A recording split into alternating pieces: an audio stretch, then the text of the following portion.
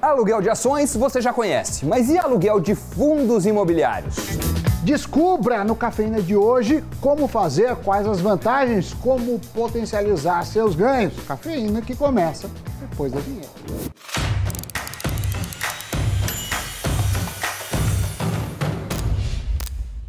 Amiguinhos e amiguinhas, sejam muito bem-vindos ao Cafeína. Não se esqueçam de se inscrever no nosso canal e deixar seu like neste vídeo antes que a gente tenha que falar tudo isso para pedir só lá no final. Então já pedimos antes para já deixar. Sim, já é pré-pago. Exatamente. Nossa, mas a gente tá até sincronizado nas piadas, Sammy Boy. Bom, vivemos na era do compartilhamento do ônibus de transporte por aplicativo, de bikes, a era do Airbnb, carros. Compartilhado, sim. O aluguel parou de ser o patinho feio, né? Como visto por gerações anteriores e passou a ser uma forma, às vezes até considerada mais consciente de viver, de inteligência financeira. Mas e o aluguel de investimentos?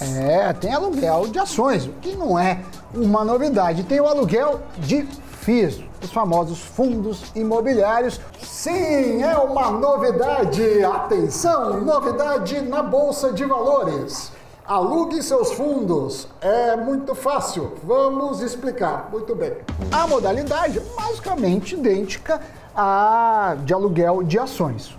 Ou seja, você tem de um lado o cara que detém a cota do fundo e ele pode alugar para alguém que não detém. E aí essa pessoa tem que devolver depois. Então você tem o tomador, que é quem pede emprestado, e o doador, que é quem empresta. Muito bem. A pessoa que alugar essa cota vai pagar uma taxa ao doador, né? Uma rentabilidade que vai ser adquirida, que vai ser acumulada pelo doador.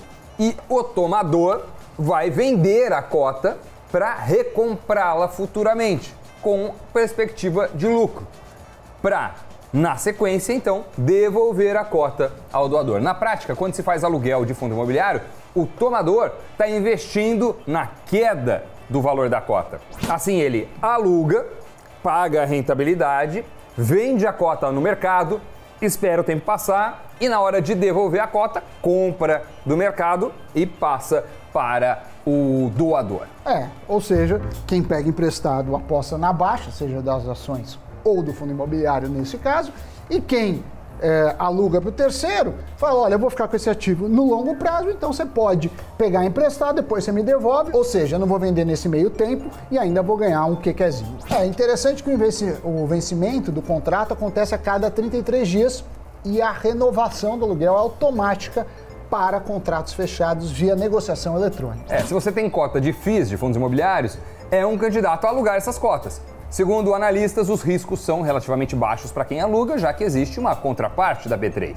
Basicamente você tem duas pessoas. Sim. Uma está apostando... O proprietário e o inquilino. Exato. O proprietário está apostando que o imóvel vai se valorizar ao longo do tempo. E ele vai ficar um bom prazo. Vai ficar lá, não vai vender, não vai negociar, vai ficar com aquele, comprei aquela cota de fundo imobiliário, vou ficar ao longo do tempo. Aí tem um especulador.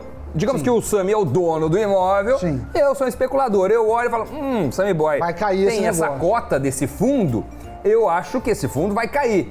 Então o que eu vou fazer? Eu vou vender ele hoje para recomprar mais barato lá na frente.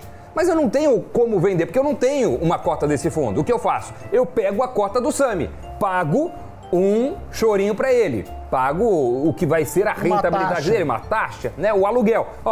Me toma aqui uma mussarela, me dá essa cota que eu vou vender no mercado, vou recomprar lá na frente. Pego e vendo.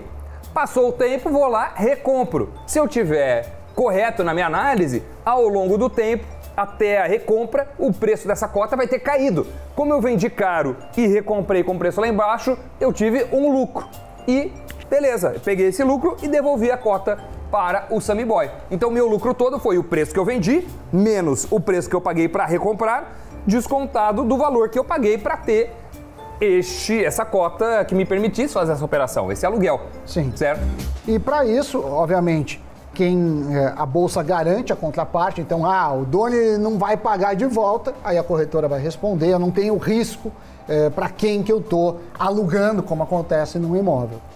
Então isso é interessante. Também é recomendável que quando for escolher quais fundos, veja os de maior liquidez, né? Porque sempre você pode ter que sair de um fundo mais rápido. A taxa de aluguel é definida pela velha e boa oferta e demanda. Se tiver muita gente querendo alugar e pouco disponível, o preço vai ser mais alto. Se for o contrário, o preço mais baixo. Agora, eu que fiz toda essa operação, também corro um baita risco. Se você praticamente não tem risco, você não pretendia vender a sua cota. Eu tenho o risco assim, eu acho que o mercado vai desabar em determinado momento. Você não pode vender. Eu não posso vender porque eu te aluguei. Então eu abro mão da possibilidade de venda do ativo por um determinado período. Perfeito. Agora, eu sim corro um risco. Eu, como especulador, que paguei um aluguel, peguei a sua cota e vendi, não importa o que aconteça, eu vou ter que recomprar essa cota lá no futuro, no dia do vencimento desse aluguel. Vou ter que devolver pro Sammy Boy. Não vou falar, mal aí. Não tem como.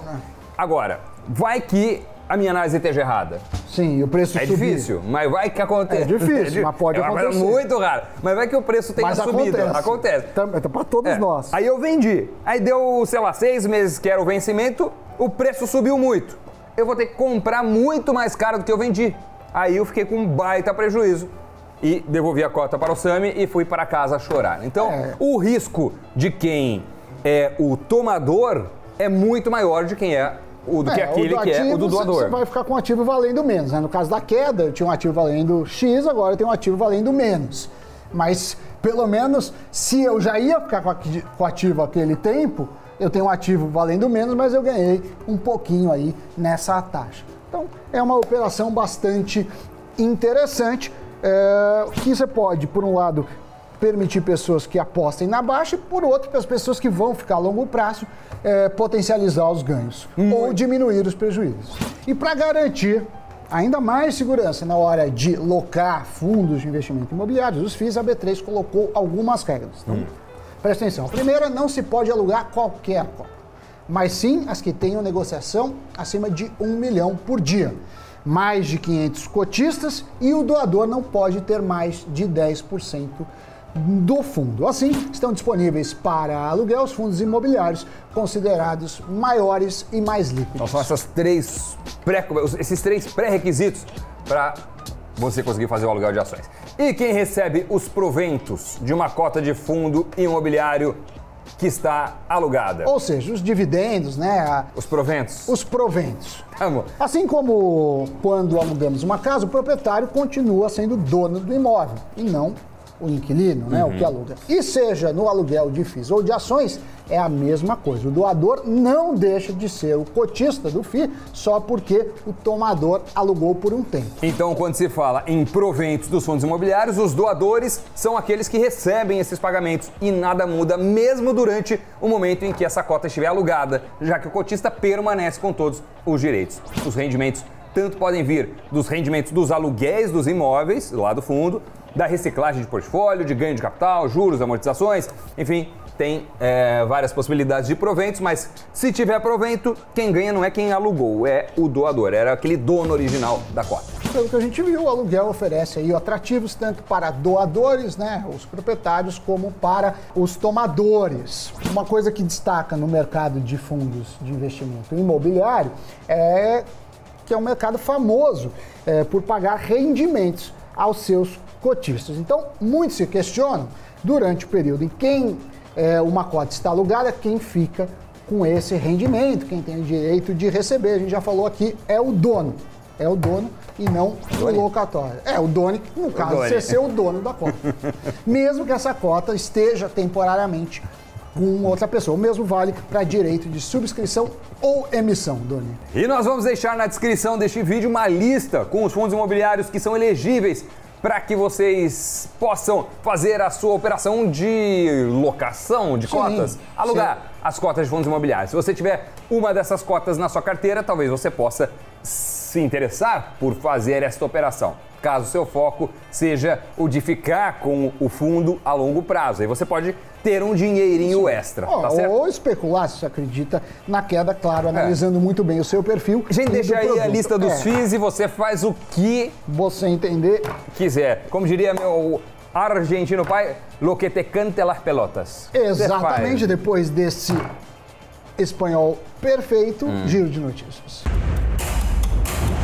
A Azul Linhas Aéreas passou a oferecer internet Wi-Fi nas aeronaves, assim como a Gol e a Latam. Só que, diferente das rivais, o serviço não será cobrado dos passageiros. Por enquanto, a novidade está disponível em 17 aviões da nova geração da Airbus e Embraer, mas a estimativa é de que mais de 35 aviões recebam essa funcionalidade nos próximos 12 meses.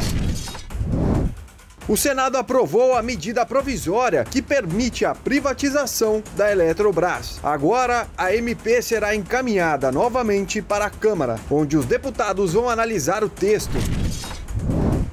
A BRF comprou o grupo Ercosul, empresa de produção e distribuição de rações para animais. O valor da operação não foi informado. O grupo Ercosul está no mercado há 20 anos.